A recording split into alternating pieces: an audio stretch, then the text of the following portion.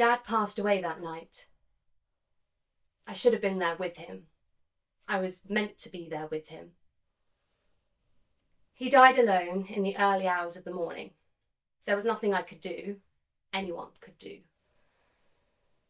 The doctor concluded that it was his time. He'd taken his medication, but it had all finally just caught up with him. I found him in the hallway, crumpled up by the door, holding his waterproof coat.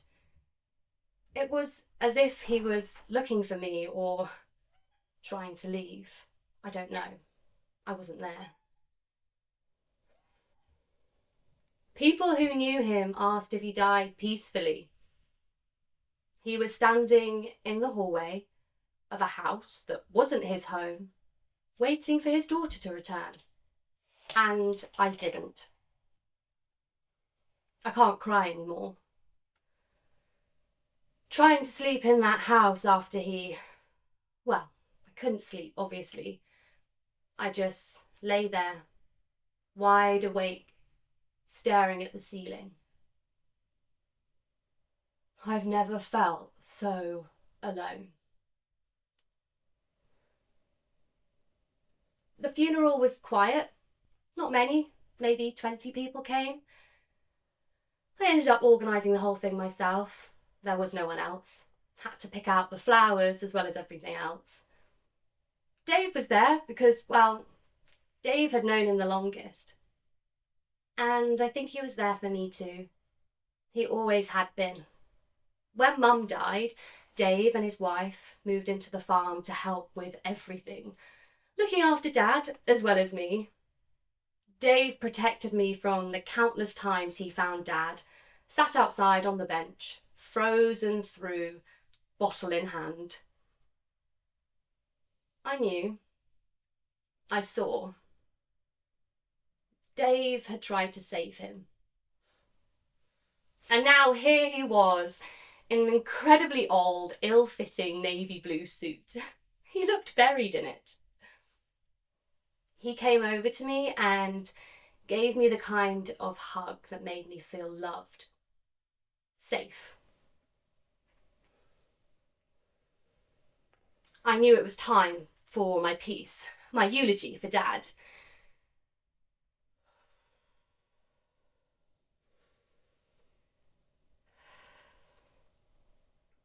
Thank you all for coming. As time begins to show on the faces of our loved ones, we start to listen more closely and seek out questions we didn't know we had.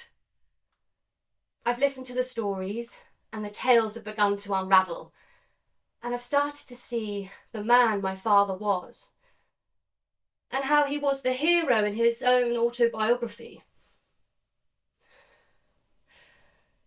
The hero who, despite years of alcohol abuse, still managed to make it to my 13th birthday. The hero who forced me to learn to look after myself. I loved you, Dad, but you didn't make it easy for me, for anyone. We all really fucking cared about you, wanted to help you, desperately wanted you to be okay. You were meant to be my anchor, Dad, but being with you felt like drowning. I just wanted you to love me as much as you loved Mum. 2 years ago, I tried to help you for the 1000th time. And you told me that you didn't want me, that you never wanted me. Well, that's what didn't upset me the most. You just saw me as an obstacle. A thing. I'm your fucking daughter. I'm your daughter. Always will be. He should have been in his home. The tears start and I...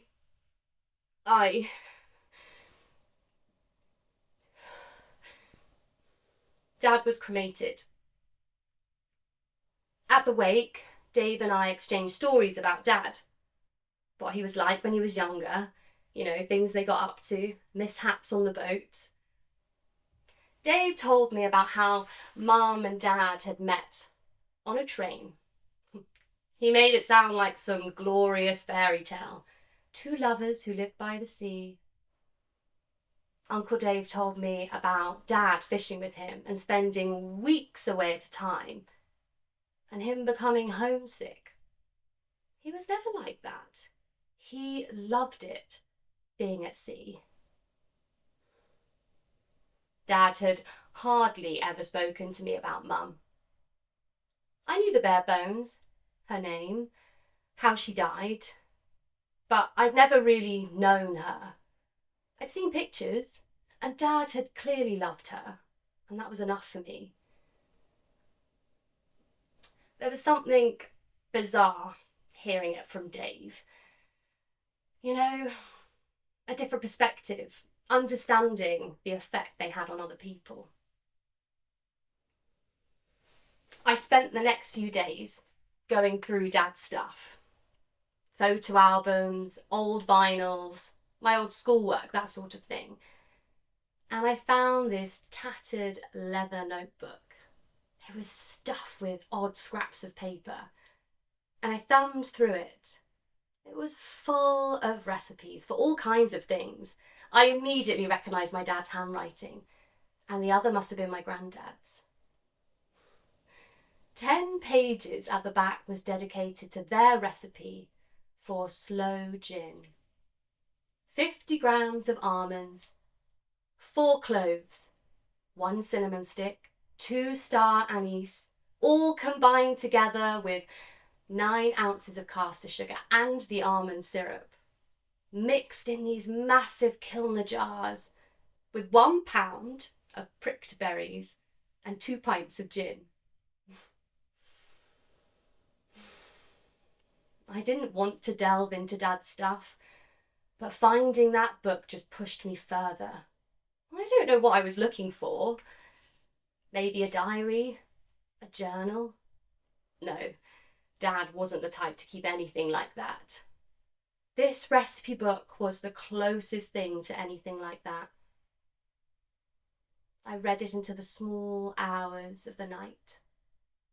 It felt better than sleep. I could hear him reading it in his voice. It was all there, in my hands. And I sat there, imagining the farm from my childhood, the sea view, and Dad lifting me up to the blackthorn trees, slow berry juice staining my fingers, grazes on my arms. Oh, I wanted to lose myself in the woods again. I wanted to sit at the bottom of the garden on the bench with my dad, speaking nonsense until the sun falls. And more than ever, I wanted to ask him about Mum, what she was like, if I was similar.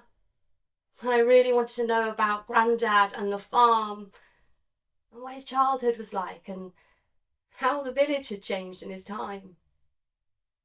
I want to know him.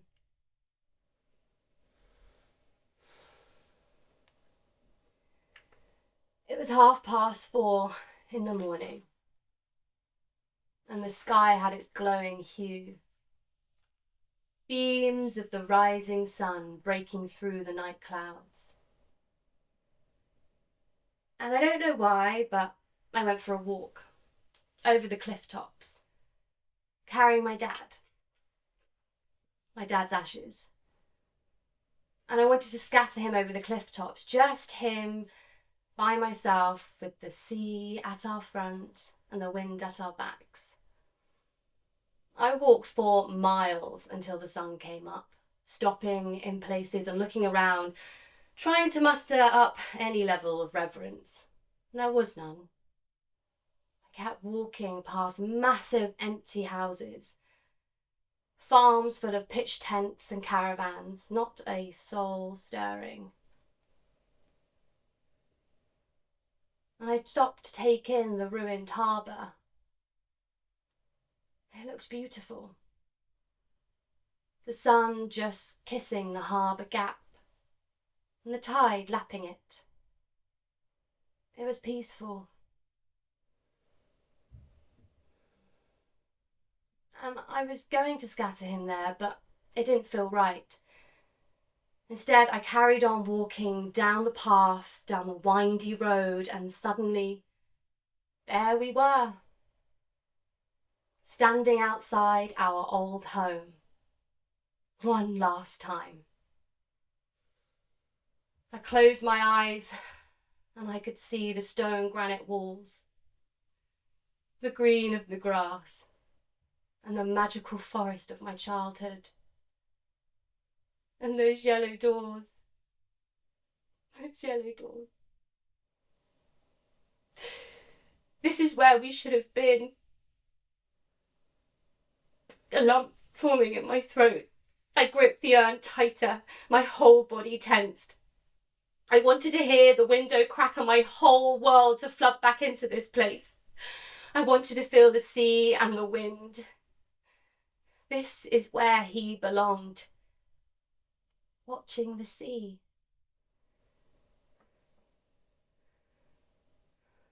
I was with Dad. Watching the sea. Waiting for the boats to come in.